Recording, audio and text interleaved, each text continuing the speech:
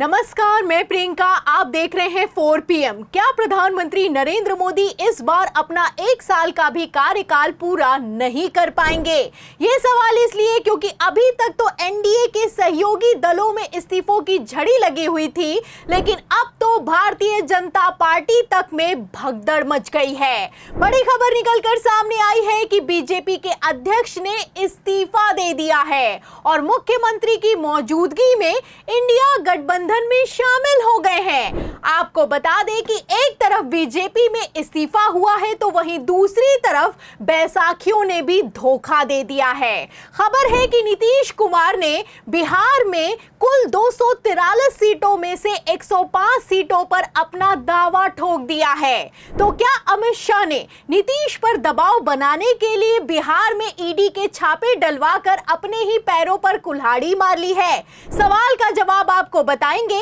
नीतीश कुमार के एक्शन पर घबराए अमित शाह ने आनन फानन में क्या रिएक्शन दिया है उस पर भी आएंगे, लेकिन खबर में सबसे पहले आप बिग ब्रेकिंग देखिए। खबर आप देखिए न्यूज़ 24 की। देखिए, इस खबर में लिखा हुआ है कि बीजेपी को झटका देने की तैयारी में नीतीश कुमार, सीट बंटवारे पर फंस सकता है पेच। तो बड़ी खबर निकलकर सामने आई है, बाकायदा बिग ब्रेकिंग चलाई जा रही है और इस खबर से आप अंदाजा लगा सकते हैं कि किस तरीके से नीतीश कुमार ने नायडू की तरह केंद्र से किसी तरह का कोई आर्थिक पैकेज नहीं लिया है, बल्कि वक्फ सपोर्ट के बदले सीट बंटवारे पर ही पेच फंसाकर रख दिया है।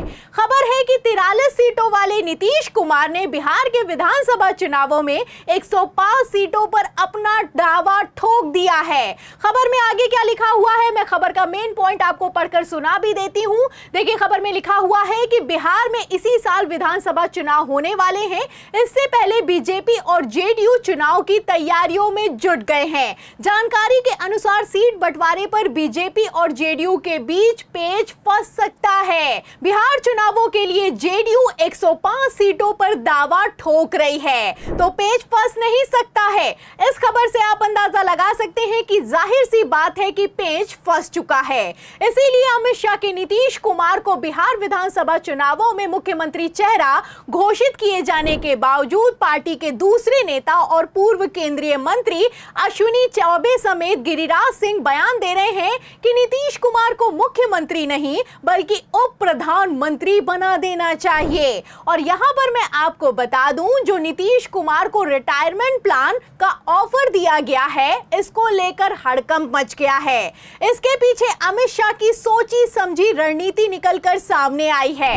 आपको बता दें, भाजपाई नेता यूं ही बयान नहीं दे रहे हैं, बल्कि दिल्ली के इशारे में बिहार में बड़ा खेला करने की तैयारी है। और खबर भी निकलकर सामने आई है। खबर आप देख भी सकते हैं, नव भारत टाइम्स की खबर में साफ लिखा हुआ है कि कैसे दिल्ली के जरिए बिहार में खेला चल रहा है। इस खबर में देखिए, लिखा है कि बीजेपी में किसके इशारे पर नीतीश को ऑफर हो रहा रिटायरमेंट प्लान, गिरिराज अश्विनी के पीछे मास्टरमाइंड कौन है? तो वरिष्ठ पत्रकारों से लेकर राजनीतिक विश्लेषकों ने यह डिकोड कर लिया है कि असली मास्टरमाइंड आखिर कौन है। वरना चुनावी साल में बिहार में ईडी के छापे डलवाना और नीतीश कुमार को रिटायरमेंट प्लान का ऑफर देना अपने आप में कोई छोटी बात नहीं है।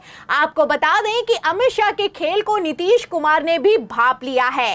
ऐसे में जैसे ही भारतीय जनता पार्टी के दिग्गज नेताओं ने कहना शुरू किया है कि नीतीश कुमार को मुख्यमंत्री नहीं बल्कि उप प्रधानमंत्री बना देना चाहिए, उसके बाद से जेडीयू भी तिलमिला गई है और आर पार की जंग शुरू हो गई है। आपको बता दें, खबर निकलकर सामने आई है कि किस तरीके से जेडीयू ने भारतीय जनता पार्टी को मुंह तोड़ जवाब दिया है।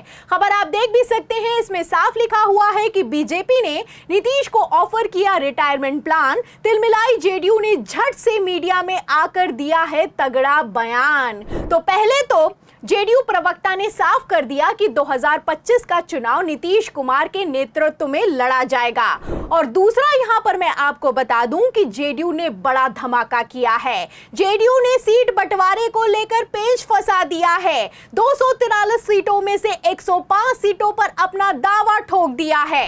अब नीतीश कुमार अगर 105 सीटों पर चुनाव लड़ेंगे तो एनडीए के दूसरे सहयोगी दलों का क्या होगा आप समझ सकते हैं। फिलहाल एक के बाद एक जिस तरीके से जेडीयू में ताबड़तोड़ इस्तीफों की झड़ी लगी हुई है, इससे नीतीश कुमार भारी टेंशन में दिखाई दे रहे हैं और फुल फॉर्म में आ गए हैं। आपको बता दें कि पहले तो अचानक से नीतीश कुमार मंत्रियों के घर पहुंचे, फिर ईद के 10 दिनों के बाद मुस्लिम नेताओं को मनाने के लिए एमएलसी खालिद अनवर के घर पर ईद मिलन समारोह ऑर्गेनाइज किया गया है। तस्वीरें आप देख सकते हैं कि किस तरीके से नीतीश कुमार डैमेज कंट्रोल में जुटे हुए हैं। नीतीश कुमार अपने पुराने तेवरों में दिखाई दे रहे हैं। नीतीश कुमार ने टोपी लगाई है और बाकायदा साफा बांधकर संदेश दिया गया है कि नीतीश कुमार सबके हैं।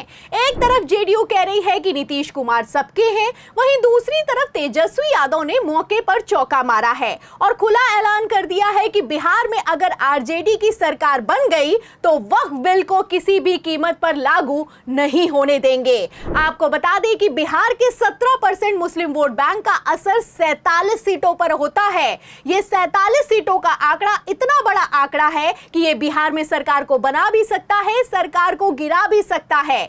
ऐसे में नीतीश के तेवरों को देखते हुए अमित शाह ने भी डैमेज कंट्रोल करना शुरू कर दिया है और बिहार के बीजेपी के नेताओं को दिल्ली से सख्त आदेश दिया गया है कि घर घर जाकर वक्फ कानून के फायदे समझाइए। अब यहां पर समझने वाली बात यह है कि वो नेता क्या ही फायदे समझाएंगे जो खुद वक्फ के खिलाफ खड़े हो गए हैं। आपको बता दें सिर्फ एनडीए के घटक दलों में नहीं बल्कि भारतीय जनता पार्टी में हुए इस्तीफे के बाद से हड़कंप मच गया है। खबर है कि बीजेपी के पूर्व राष्ट्रीय अध्यक्ष और पूर्व विधायक ताला मरांडी ने इस्तीफा देकर हेमंत सोरेन की मौजूदगी में इंडिया गठबंधन का दामन थाम लिया है। बिग ब्रेकिंग है कि भारतीय जनता पार्टी को झारखंड में बड़ा झटका लगा है, तो झटके पर झटके लग रहे हैं।